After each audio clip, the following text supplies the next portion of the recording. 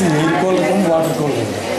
ఈ air cooler come water cooler రావడానికి main పేదోళ్ళకి రెండు ఒకేసారి జరిగేలాగా ఇది ఉపయోగించామాట, డిజైన్ చేసాము.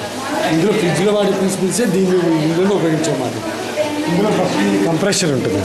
ఈ కంప్రెషర్లో ఫ్రీయాన్ గ్యాస్ ఎక్కిస్తాం.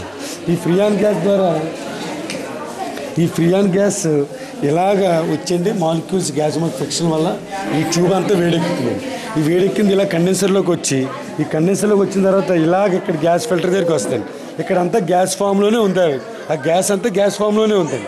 కానీ ఇక్కడికి వచ్చేసరికి మనం ఈ ఫిల్టర్ పెట్టడం ద్వారా చిన్న చిన్న డస్ట్ పార్టికల్స్ని ఆపేసి ఓన్లీ ప్యూర్ గ్యాస్ని పంపిస్తాం. ఇక్కడి నుంచి మనం బాయిల్స్లో ఉపయోగిస్తాం. జౌల్ థామ్సన్ ఎఫెక్ట్ ఉపయోగిస్తాం. జౌల్ థామ్సన్ ఎఫెక్ట్ ఏంటంటే హయ్యర్ ప్రెషర్ లెవెల్ నుంచి లోయర్ ప్రెషర్ లెవెల్కి గ్యాస్ వెళ్ళినప్పుడు అది సడన్ ఎక్స్పాన్షన్ వల్ల కూల్ అయిపోతుంది. అదే ప్రిన్సిపల్ ఇక్కడ వాడేమాట.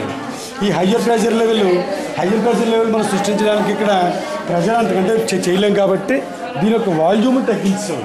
దీని యొక్క వాల్యూమ్ను పూర్తిగా తగ్గించాము. ఈ వాల్యూమ్ను ఎప్పుడైతే మనం పూర్తిగా తగ్గించామో బాగా సన్న నాజిల్ కూడా పంపించాము. దీని యొక్క డయామీటర్ వచ్చి 0.0001 మిల్లీమీటర్, చాలా తక్కువ ఉంటుందండి. 0.001 మిల్లీమీటర్లు ఉంటుంది. దానివల్ల ప్రెషర్ హై ప్రెషర్ వచ్చేసి ఇక్కడ సడన్ ఎక్స్పాన్షన్ వల్ల ఇక్కడ చల్లగా అయిపోయిందండి. చూడండి, ఇక్కడ వేడిగా ఉన్న గ్యాస్ ఇక్కడికి వచ్చేసరికి చల్లగా అయిపోవడానికి కారణం కేవలం కూలెంట్ కింద మారింది మాట. దీని జౌల్ థామ్సన్ ఎఫెక్ట్ అదే మాట.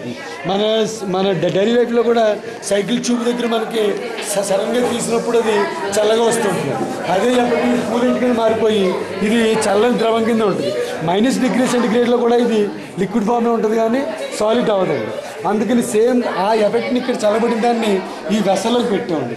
ఈ వెసల్లో పెడితే ఇది ఇందులో పోసిన వాటర్ కూల్ అయిందండి. ఇదే గొట్టాన్ని మళ్ళీ మనం ఇలా తీసుకొచ్చాం. ఇలా తీసుకొచ్చి దీన్ని ఈ కండెన్సర్ కనెక్ట్ చేసాం. ఇది హాట్ కండెన్సర్ అండి, ఇది కూల్ కండెన్సర్. ఇది హాట్ కండెన్సర్. దీన్ని వేడి చల్లార్చడానికి ఈ ఫ్యాన్ ఉపయోగించామండి. ఇక్కడికి వచ్చేసరికి ఈ కూల్ కండెన్సర్ నుంచి మనం లోపల బ్లోయర్ ఇంకో ఫ్యాన్ ఉంటుంది లోపల. ఆ ఫ్యాన్ ఏం చేస్తుంటే బయట నుంచి గాలి లోపలికి లాక్కుంటుంది. ఈ లాక్కున్న గాలి బ్లోయర్ ద్వారా ఇది పైకి పంపిస్తుంది. ఇది గాలి వచ్చేటప్పుడు వేడి అట్మాస్ఫియర్లో వేడిగా వచ్చి ఈ చల్లని కూల్ కండెన్సర్ని టచ్ చేసేసరికి అది కూడా చల్లబడి గాలి చల్లబడి బ్లోయర్ ద్వారా పైనుంచి వస్తుంది. ఇక్కడ మిగిలిపోయిన ఈ గ్యాస్ వేడికి ఆ గ్యాస్ ఇలా వచ్చి ఈ కంప్రెషర్లోకి మళ్ళీ వచ్చి ఈ రీసైక్లింగ్ అవుతుంది తప్ప మనకి గ్యాస్ వేస్టేజ్ ఉంటుంది. ఒకసారి మనం ఫిల్ చేసుకుంటే ఇది ఇంచుమించు 5-6 సంవత్సరాల వరకు మళ్ళీ ఫిల్ చేసుకోవాల్సిన అవసరం రాదు. మనకి అందుకే మంచి ఆ ప్రిన్సిపల్ ఉపయోగించాలి.